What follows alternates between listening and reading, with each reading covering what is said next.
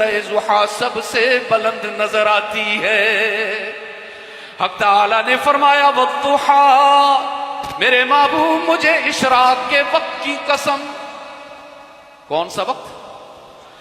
ارے چھوڑیے، امام راضی نے کہا میرے محبوب مجھے تیرے اس چہرے کی قسم جس کی روشنی سے اشراق کو منور کرتا ہوں۔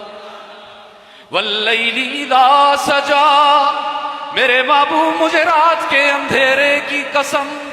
کس کی؟ ہائے امام راضی نے فرما دیا رات کا اندھیرا کیا ہوتا ہے۔ حق تعالیٰ نے فرمایا میرے محبوب مجھے تیرے بالوں کی سیاہی کی قسم جس سے اندھیرا لے کر رات کو بھیک عطا کرتا ہوں۔ کیوں بھائی؟ میں ایمان گرم کرنا چاہ رہے ہوں، آپ ٹھنڈا کرنا چاہ رہے ہیں، بند کیجئے اس کو بھائی۔ کیوں اکٹھے چلیں گے نا؟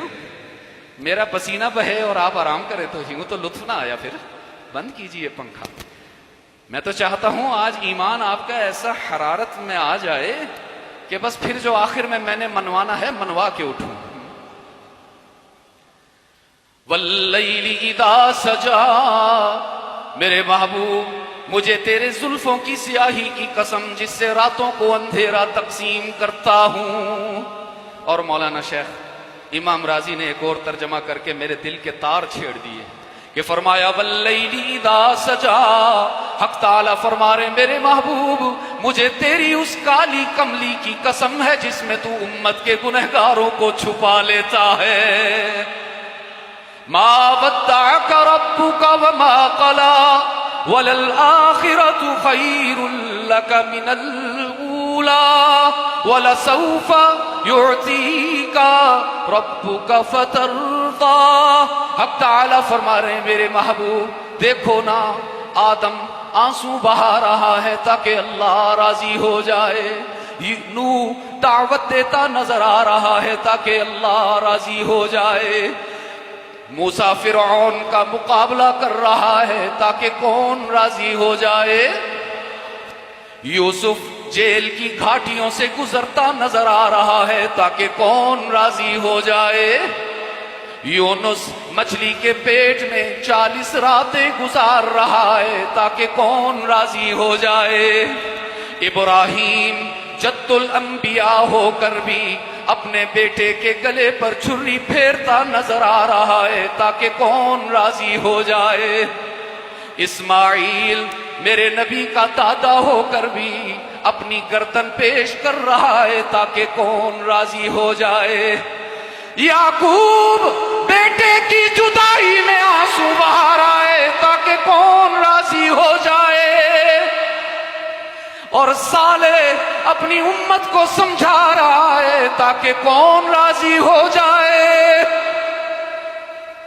موسیٰ فرعون کے مظالم کو گوارا فرما رہے ہیں تاکہ کون راضی ہو جائے، نوح کا بیٹا آنکھوں کے سامنے غرق ہو رہا ہے اور نوح خاموش نظر آ رہا ہے تاکہ کون راضی ہو جائے، آسمان پر سورج کی چمک بھی اسی لیے کہ اللہ راضی ہو، چاند کی جوانی بھی اسی لیے کہ اللہ راضی ہو، ستاروں کی درخشانی بھی اسی لیے کہ اللہ راضی ہو، آسمان کی بلندی بھی اسی لیے کہ اللہ راضی ہو، زمین کی وسعت بھی اسی لیے کہ اللہ راضی ہو، پہاڑوں کی استقامت بھی اسی لیے کہ کون راضی ہو، دریاؤں کی روانی بھی اسی لیے کہ کون راضی ہو، ساری کائنات اپنے رب کو راضی کر رہی ہے اور میرا رب اعلان کر رہا ہے وَلَسَوْفَ يُعْتِيكَ رَبُّكَ فَتَرْضَى، میرے محبوب میں نے فیصلہ کر لیا کہ حشر کے روز تیرے چہرے پر مسکراہٹ سجاؤں گا۔ بات پوری ہو گئی تھی نا، خوشی کا موقع ہے، خوشی کا موقع ہے، مجھے نہیں پتا میرا آخرت میں کیا بنے گا، تمہیں نہیں پتا تمہارا آخرت میں کیا بنے گا، حق تعالیٰ اعلان کر رہے ہیں میرے محبوب تیرے چہرے پر مسکراہٹ سجاؤں گا۔ خوش ہونا چاہیے تھا نا میرے نبی کو، لیکن وہ تو رحمت للعالمین ہے، اس کی آنکھوں میں آنسو اتر آئے ہیں،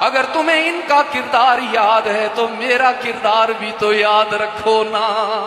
میں ان کے مظالم سہ کر آیا کرتا تھا، سر سے پاؤں تک خون میں نہایا ہوا ہوتا تھا، اور احساسات پر ان کے غلیظ ناروں کی چبھن بھی ہوتی تھی، آنکھوں میں آنسو بھی ہوتے تھے۔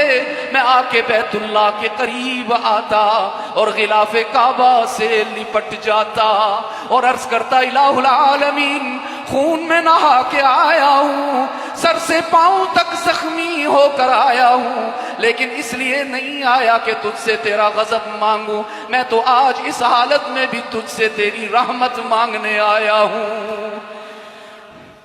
پیارے علی اب جاؤ، تلافی کرو، اب جاؤ مکہ والوں کو میرا پیغام سناؤ کہ الیوم یوم المرحمہ، آج انتقام کا دن نہیں ہے، آج تو معافی اور درگزر کا دن ہے۔